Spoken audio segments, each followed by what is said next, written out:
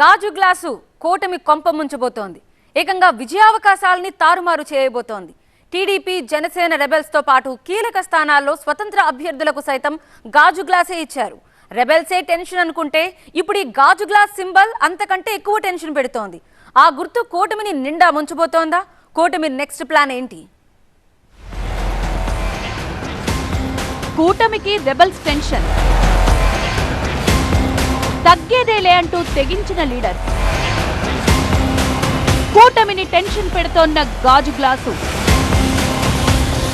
Rebels కు గాజు glass గుర్తు కేటాయింపు. దురదృష్టం ఎవరినైనా వెంటాడుతూ ఉంటుంది, కానీ మరీ ఇంతగానా? అసలే రెబెల్స్, ఆపై గాజు గ్లాసు గుర్తు. కూటమి జీర్ణించుకోలేని దుర్వార్తిది. కూటమి పార్టీలోని అధినాయకత్వాలు ఎంత బుజ్జగించినా అభ్యర్థులు మాత్రం వెనక్కి తగ్గలేదు. ఏదైతే అదైంది, తేల్చుకుందాం, బరిలోనే ఉందాం అనుకున్నారు. చివరికి అదే చేశారు.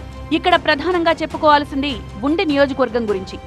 ఈ సెగ్మెంట్లో టికెట్ కోసం పెద్ద సీరియలే నడిచింది. టికెట్ ఆశించిన శివరామరాజును కాదని సిట్టింగ్ ఎమ్మెల్యే మంతెన రామరాజుకిచ్చారు.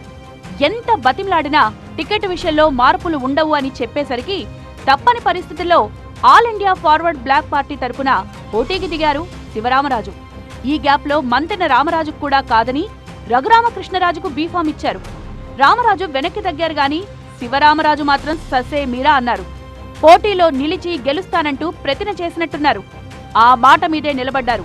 సో ఉండి అసెంబ్లీలో వైసీపీ, టీడీపీ మధ్య పోటీ కంటే టీడీపీ వర్సెస్ టీడీపీగానే ఉండబోతోంది. విజయనగరంలో మీసాల గీత రెబల్ గా ఉండడం టీడీపీని తెగ టెన్షన్ పెడుతోంది. ఇక్కడ టీడీపీ అభ్యర్థిగా అశోక్ గజపతిరాజు కూతురు అదితి గజపతి పోటీలో ఉన్నారు. మొదటి నుంచి టికెట్ కోసం గట్టిగా పట్టుబడుతూ వచ్చారు మీసాల గీత. గతంలో విజయనగరం ఎమ్మెల్యేగా మీసాల గీత గెలిచారు. దీంతో తనకే టికెట్ ఇవ్వాలని డిమాండ్ చేశారు. అయినా సరే అధిష్టానం వినకపోవడంతో మీసాల గీత నామినేషన్ వేశారు. ఇప్పుడు రెబల్ గా నిలబడ్డారు. పైగా మీసాల గీతకు గాజు గ్లాస్ సింబల్ దక్కింది. ఇది టీడీపీ విజయావకాశాలపై మరింత దెబ్బ కొడుతుందని చెప్పుకుంటున్నారు. జగ్గంపేట టికెట్ కోసం జనసేన తీవ్రంగా ప్రయత్నించింది. ఇక్కడ పాటంశెట్టి సూర్యచంద్ర నిరాహార దీక్ష కూడా చేశారు. అప్పట్లో కాస్త కన్విన్స్ అయ్యారని కూడా వార్తలొచ్చాయి. తీరా చూస్తే సూర్యచంద్ర నామినేషన్ వేసేశారు. ఇప్పుడు రెబల్ గా పోటీలో నిలిచారు.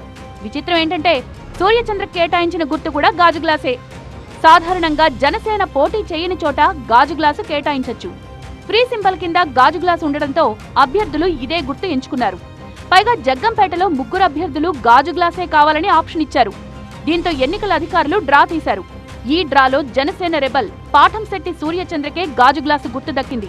జగ్గంపేటలో కూటమి గెలుపోటములపై ఈ ఫ్రీ సింబల్ భారీ ప్రభావం చూపించబోతోంది. మాడుగులలో రామానాయుడు కూడా స్వతంత్ర అభ్యర్థిగా పోటీలో ఉన్నారు.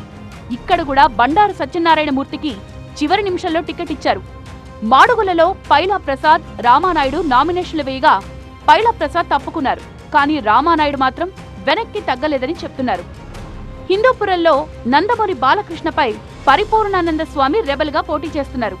ఎంపీ లేదా అసెంబ్లీ సీట్ ఇవ్వాల్సిందే అని పట్టుబట్టిన పరిపూర్ణానంద 2 సెగ్మెంట్లకు నామినేషన్లు వేశారు. ఎంపీ నామినేషన్ విత్డ్రా చేసుకున్న పరిపూర్ణానంద అసెంబ్లీ సెగ్మెంట్లో మాత్రం పోటీలో ఉన్నారు. అంబేద్కర్ కోనసీమ జిల్లా అమలాపురంలో టీడీపీ రెబల్ గా నిలబడ్డారు శ్యామ్ కుమార్. 29 ఏళ్లుగా పార్టీలోనే ఉన్నా తనకు టికెట్ దక్కకపోవడంతో స్వతంత్ర అభ్యర్థిగా నామినేషన్ వేశారు. పోలవరంలో ముడియం సూర్యచంద్రరావు, గన్నవరంలో బీజేపీ నుంచి కొర్రపోలు శ్రీనివాసరావు, కావలిలో పసుపులేటి సుధాకర్ రెబల్స్ గానే పోటీలో ఉంటున్నారు. ఇక గాజు గ్లాస్ సింబల్ కూటమిని తెగ టెన్షన్ పెడుతోంది. ఎస్కోటలో జనసేన రెబల్ గా పోటీలో దిగిన లోకాభిరామ్ కోటికి కూడా గాజు గ్లాస్ సింబలే దక్కింది. మొత్తానికి కూటమికి రెబల్స్, గాజు గ్లాసు గుర్తు బాగానే టెన్షన్ పెట్టబోతున్నాయి.